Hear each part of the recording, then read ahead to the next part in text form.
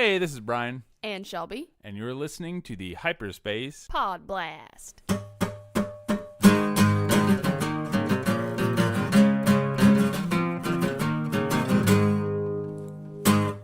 Aren't you a little short for a podcast? Huh? Hyperspace Pod Blast! Is that your old man voice? I don't know what that was. Is that what I have to look forward to? Probably something of that tenor.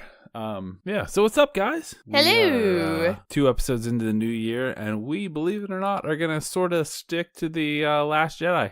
What? Yeah, and it seems to be topical still, believe it or not, after all this time. Not even a month. So yeah, what we're talking about today it seems to be a hot topic on the Twitter, and I'm sure other places, but we don't really frequent other places. The legacy of being nobody. So a lot of people seem to have taken an issue with the whole Rey nobody idea. Yeah, but there's arguably a lot of no ones in Star Wars. Yeah, I'd say most everyone is nobody, until they become someone. Until they become somebody, yeah. So one of the prime examples we have is actually the Skywalker line itself. Sure, everyone talks about the Skywalkers within the Star Wars story, but they came from no one. Shmi was no one. Yeah, absolutely. I mean, it doesn't get much more no one than being the slave to a little blue flying dude. That's on a nowhere planet. Yeah, exactly. A desert planet, because, no one. Because, of course, nowhere originates. equals desert. Yeah, exactly. No one of substance originates from a desert. But yeah, obviously, Anakin, it's hard to say isn't someone, because we find out that he is created by the Force, however that actually came to be. If you believe what we're told, that he was just created by the Force, or if you take the page from Legends and decide that he's a Palpatine Plagueis prodigy, whatever, that kind of makes him someone special. But he doesn't know that. He's just a slave like his mom until he's found, and then things start to unravel from there. Right. I mean, Luke is the same way. Luke was definitely someone, but he really was no one. That was the whole feeling with the original trilogy, was that you may feel like you're nobody, but you very well could be someone. Right, exactly. That's what they were building the whole, the farm boy thing. He's every kid in middle America that has nothing to look forward to. Yeah, except to maybe go to the academy. Yeah, exactly. Tosche Station. Go to Tosche Station to pick up some power converters. Yeah, so it's interesting to think about these people being no one and becoming somebody. And that's kind of what the Skywalkers are all about. Yeah, I mean, really, even though, like we said, Anakin has this tremendous origin, he's not made. I mean, I guess, again, it depends. He could be made and manipulated the Palpatine way. But as far as he knows, he's not, he may never have been found. He may have lived his entire life created by the Force and then just dies a slave on Tatooine. Or takes over for Watto, maybe. I don't know. But yeah, obviously, the narrative finds him, but you could also say that the Force created him and then put things into motion. Yeah, something happened. I guess the only exception within the Skywalker line is Leia, who started out as someone and then just became someone else. That's true, yeah. She was given the long straw, I guess you would say, as far as splitting up the twins. So, I don't know. You could argue that Luke may have been given the long straw. I mean, think of how long Leia had the burden of the rebellion on her. That's true, yeah. She was literally born into it, because Bail had already sort of started before the Empire had even started. In a way, you could argue that Luke had it better, because he had that kind of ignorance is bliss true childhood. Yeah, that's a fairly good point, yes. So even if Rey is a Skywalker, which she's not, I don't think. I think that ship sailed. But, Skywalker from a bloodline perspective. Right, yeah. She can still start as nobody and become something. That's their arc. Right, exactly. Their arc isn't starting at the top and keep going up. It's started at the bottom. I would argue that Wow, okay. I would argue that she is kind of an honorary Skywalker. Yeah, for now. She's an honorary Solo, too. Yes, she is. Which is... And probably an honorary Organa. Right, yeah. I was going to say, which works into the whole being also an honorary Skywalker from the other side. Yeah. Of the twinception. But where else do we see some of this nobody other than the Skywalkers? Well, I think one of the big things and what plays into this whole idea of people like, how can she be so strong in the Force and just be nobody? Let me introduce you to the Jedi Order, everyone. Yeah. You know, everyone forgets about how many Jedi were running around. Yeah, like an all from no one, because Jedi don't have kids. There is no bloodline there. It's not like they're creating more Jedi. Mace Windu, one of the strongest Jedi, probably had 2 normal parents. Yoda, who even knows? He may have just been a tadpole in the Force stew. Who knows? He just evolved. Yeah. Obi-Wan, super strong in the Force, probably has 2 rando parents. Kanan Jarrus. Exactly. I mean, and Ezra. Yeah. His parents aren't big Force users. No. Why is he so good at it? Exactly. Why isn't Ezra Mary Sue? It seems Ezzy like, Sue? I mean, then again...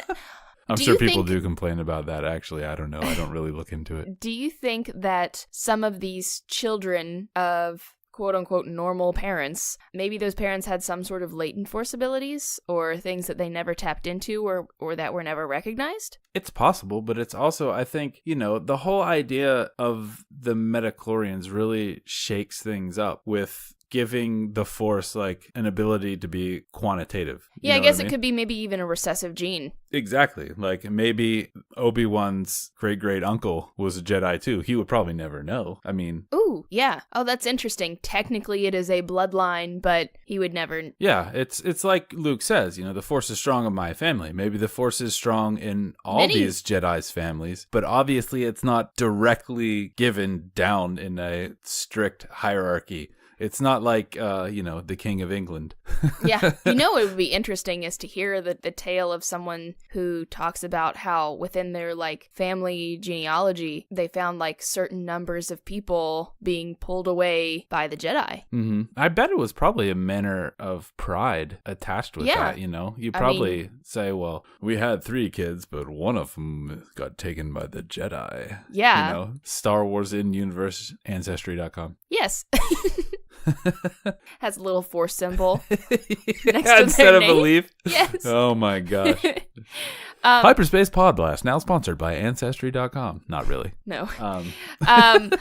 But speaking of kind of groups of people being no one, I also think about the clones because they're all one person, sort of, kind of. Well, and I mean, they were all treated as no one basically by the Republic. But they were definitely somebody, each individual person. Exactly. And they all became different somebodies. Which is, in my opinion, a wonderful message. Yeah, to absolutely. say, like, look, these are clones, but look at the humanity that they have. Mm-hmm. That was, for me, that's the best part of the Clone Wars. I know a lot of people like the whole Jedi aspect, and I think the Obi-Wan Anakin relationship is really good, and the way they paint Anakin and Padme's relationship really adds to the very quick, small bits we get on the movies. But just seeing the clones and their relationship with each other and their whole like brotherhood thing, that was really the best part of the whole series. Ultimate fraternity. Yeah, right. Well, it just, I've said before, I would be all about a Band of Brothers type series with the clones. Oh, that would be very awesome. That would be right up my alley.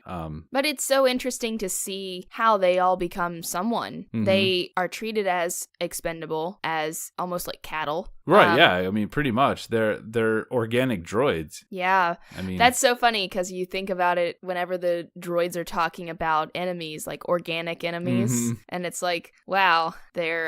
Yeah, I think the fact that, like, the droid army versus the clones was kind of like looking in a mirror was not an accident. Yes. But yeah, and then to expand on that, the First Order kind of takes that same Jedi type scenario. They're grabbing up all these nobody, or maybe would be somebody, but turns out you're nobody now. You're just a number in our, you're a cog in our wheel. Yeah, they're kind of the merging together of Jedi and clone. Mm-hmm. Yeah, they're picking them up like Jedi to make them perform like clones, basically. Mm-hmm. And you see where that gets Finn. Yeah, exactly. He goes precisely from being a no one, and he's like a no one of the no ones. He's sanitation, man. A janitor, the guy who used to mop it. Yeah, I like that they made that joke, carried on that little sanitation thing in The Last Jedi. I thought that was great. But exactly. And, they talk about him being the big resistance hero. Yeah, exactly. Goes from nothing to legendary. And speaking of people who interact with Finn that were no one, I would say that Rose and Paige are kind of no ones. They're people within the resistance. She talks about it on Canto Bight. Yeah, exactly. She talks about how they grew up, like, basically just like so many stories in Star Wars of scraping the bottom, we don't get the story of the Canto Bight people's kids who come from everything and maintain everything. Like, how interesting is that? Right, exactly. But yeah, it's so prevalent. I feel like it's weird that people haven't been able to grasp or acknowledge or just embrace this idea of nobodies. Yeah. And I mean, one of the biggest main characters in Star Wars of the original big three, Han Solo, as far as we know, is no one. Yeah. And I mean, I think we're probably going to get confirmation that he's no one. Yeah. He's, I can see it going sort of like an Oliver Twist sort of way. I could see that, and I think that goes into the whole like the play between him and Leia, him assuming she's always had everything given to her. Yeah, true. Always calling her princess and stuff like that. Yeah, so I think that plays into his feeling of coming from nothing. Right, a bit of an inferiority, like always having to buck the system type thing. Right, and feel like he's earned everything that he's gotten. Right, yeah. In a way. Which, I mean, you can't say that Leia hasn't. She definitely has, but that's his kind of impression until he finds out otherwise, which I think also, that idea of coming from nothing is why he can connect so easily and quickly with Rey. That's true. That's a good point. They're both sort of cut from the same cloth, even though they're not related. They're both no ones. Yeah. And then we'd be remiss if we didn't mention the best character from The Last Jedi, DJ. As far as we know. Yeah, he's getting a comic book, so maybe they'll ruin his character for me like Marvel usually does. Whoops, did I say that out loud? Maybe we'll find out that he may be the opposite. He knows the First Order codage, as he says. They go way back. Yeah. Which intrigues me. Yeah. So much. Everything he says intrigues me. His dialogue is amazing. But anyway, yeah, we might find out that he went the opposite way. Maybe he was a big deal and then somehow fell from grace And so his opinion is don't join. Because he joined and look what happened to him. Exactly. So he might be the opposite. He may have been someone and now is no one. But as far as we know, he is a dude that was asleep in a prison cell. That's because it's the only place to get some peace and quiet. Best character. So going back to this idea of lineage, why do you think it's so important to some of Star Wars fans? I think there's a couple things at play here. First and foremost, especially for the older, more entrenched fans that were reading all of the old expanded universe / Legends material, it was basically all built on the big three. So you have Luke, and then obviously Han and Leia pair off, and then they have children, and then the story becomes about them and their children. So it kind of just became what Star Wars was for a lot of people. And I think they're having a hard time separating that in their head. Like, even though they've been told, okay, the old storylines, they still exist, they are still exactly what they were, but we're going a different direction. They're like, okay, but you're gonna kind of like swerve a little, but then you're gonna get back on. It's gonna be the same, only different, right? But I think, especially with The Last Jedi, they're trying to tell you, no, it's gonna be really different, guys. Believe us. Yeah, we're doing something really different.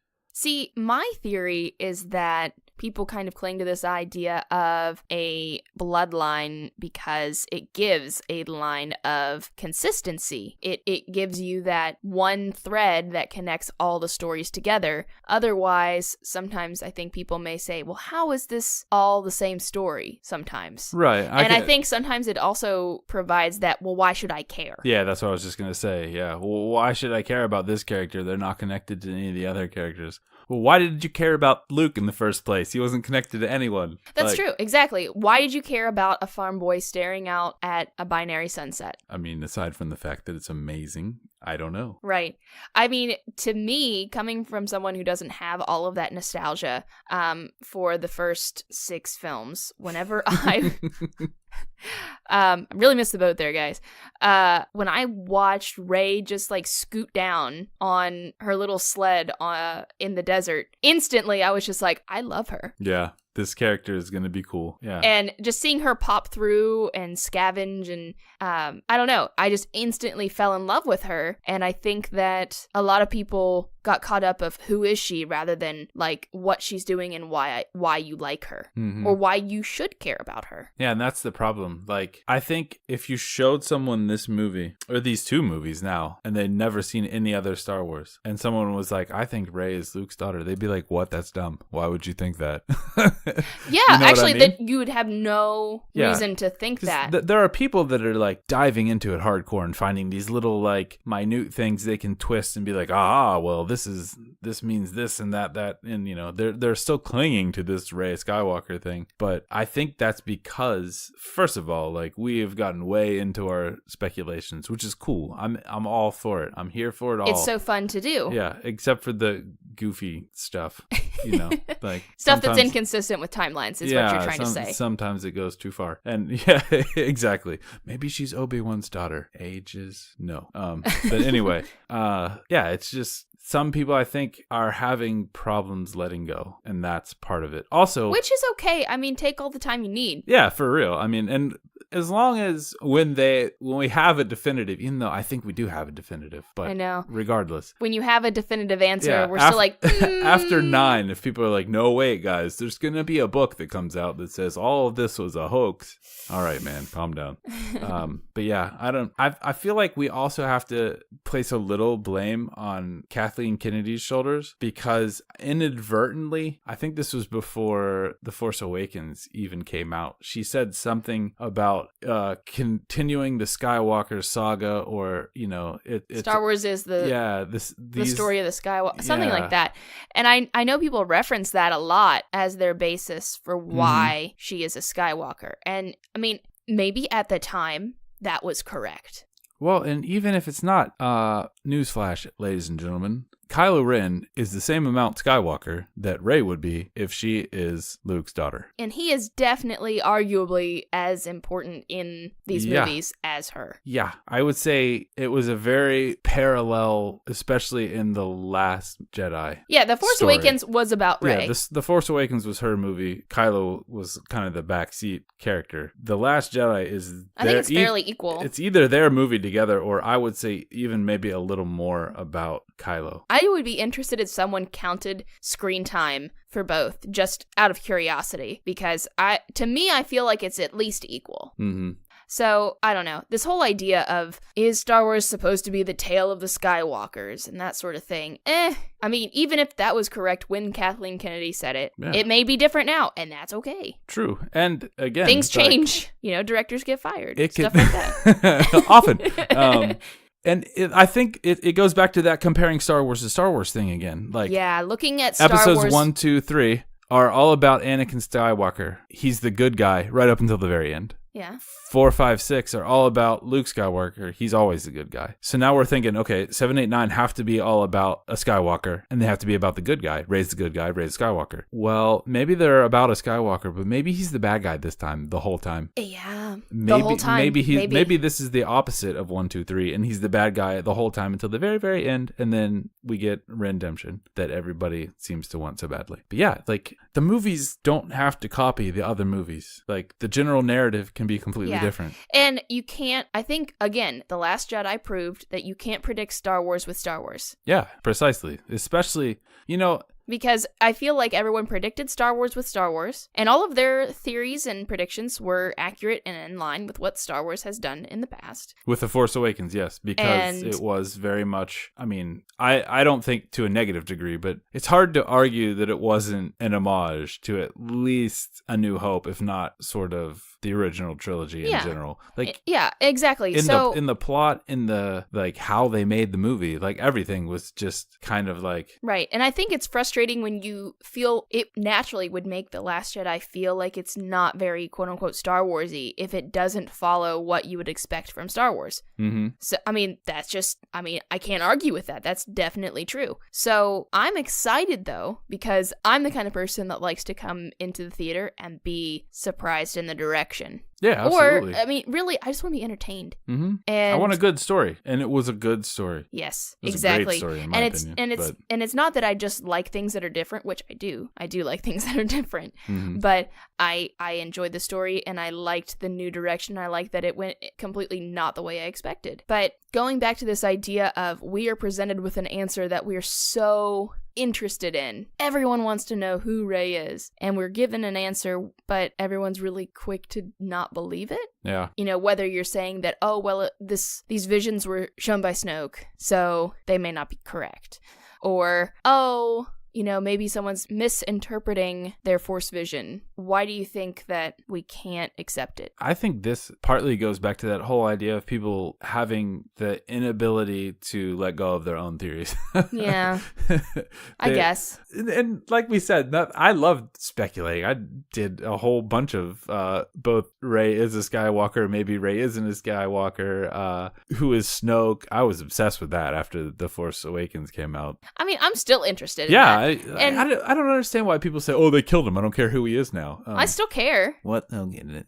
I still care where he came from, who he was absolutely. Before he became Supreme Leader. Mm-hmm. How all that all took place is just I think it's a fascinating. Great story because there. Yeah. think about it, the end of the Empire, and then from the ashes rises the First Order. And if Snoke wasn't part of the Empire in the first place, how does he become the Supreme Leader? Like, right. To me, how does he basically retake over the Empire? Yeah, because, I mean, it seems like what we see from Krennic, people were clambering to the top of the ladder. How does he swoop in after the Emperor is dead and just kind of take over? I mean, sure, everyone was in disarray and everyone was hiding and that sort of thing, but that whole story is something I'm very interested in. Sure, he's dead, but I don't care. I still want to know. Mm-hmm. I find it, I mean, it's not something that I need a whole movie about. But well, yeah, no, a novel or something like that could very easily, or honestly, they could just do it in the visual dictionary. Oh, yeah. You know, I like it that way. I don't need a detailed story, really. I just kind of want to know. I just want someone to tell me. Yeah, exactly. Pablo, DM me. I won't tell anyone. Shameless. Shameless. Yeah. He's laughing right now because he's listening. Yeah. Hot. But, you know, wrapping up this idea of Skywalker, I also am into the idea of Skywalker being a name given to somebody who has no origin. Yeah, exactly. It's kind of like that Jon Snow idea from Game of Thrones, right? You had Shmi, she was a slave. We don't know what her life was like before she was owned by Watto. Was she traded around as a child? Was she just called, you know, Girl Slave 1 for a while until someone was like, this is my slave Shmi Skywalker, you know, like maybe Skywalker is something people use for, maybe it's a generic last name, maybe it's the Smith, you know, when you have no name, and in that way you could even argue maybe Rey is a Skywalker, and I fully think that she emulates what it is to be a Skywalker, to come from no one and to become somebody extraordinary because of what's inside you. And she takes the teachings from Luke Skywalker, she takes the teachings from Leia Organa, and really the, I guess, anti-teachings of Ben Solo, what not to do. Yeah, true. She's learning a lot from people who are Skywalkers. And I mean, really, what's in a name? Like, again, it might not have any significance whatsoever. Like, that might not actually be the lineage. You know, Shmi had to come from someone. Somewhere along the line, hopefully, they weren't slaves and they had, you know, their own lives. Maybe they weren't Skywalkers until that name was, just like we said, they're people that walk the skies. They have no place. They're Skywalkers. So maybe it's that kind of scenario where, and I mean, it's not like George was even married to the name. Like, he was going to call him Star car killer for a while. Yeah. So Yeah, who knows? I just think it's really telling that we're not ready. I would just say, as a whole, we're not ready to say that Rey is nobody, even though it's kind of synonymous with the American dream or the rags to riches story, which is interesting. And people love an underdog. Yeah, they absolutely. love that. No one, like that scrappy character that pulls their way up and becomes someone when they had nothing. Right. It's like, Rocky. It's, I don't know. That's the only one I can think of off the top of my head. But so many movies. You have the character that, or, even in real life, we have people all the time. Like, you have stories of people coming to America with like $2 in their pocket. Yes, exactly. And nothing.